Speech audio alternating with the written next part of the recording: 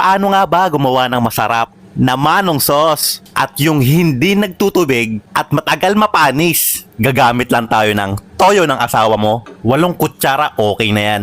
1 cup ng sugar, half teaspoon ng paminta, bawang, sibuyas, 2 baso ng tubig, at ang sikreto para hindi magtubig, 2 kutsara ng harina, 2 kutsara ng cornstarch. Kapag na-mix na natin ng mabuti, dun pa lang natin bubuksan yung apoy at continue lang sa paghahalo hanggang maging ganito na kalapot. Okay na yan, ang sarap na yan. I-set aside lang muna natin at magluto na rin tayo ng paborito nating squid balls, hot dogs, kikiam at fish balls. Ilalagay na natin lahat yan nang hindi pa mainit yung mantika natin. Dahil madali lang yan masunog. Lulutuin lang natin yan ng ilang minuto.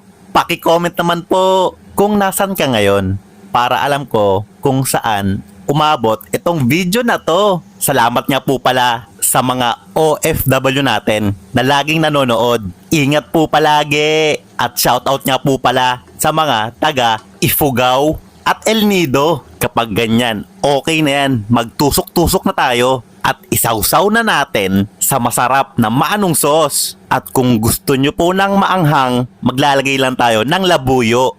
Ang solid niyan, promise. Panalo!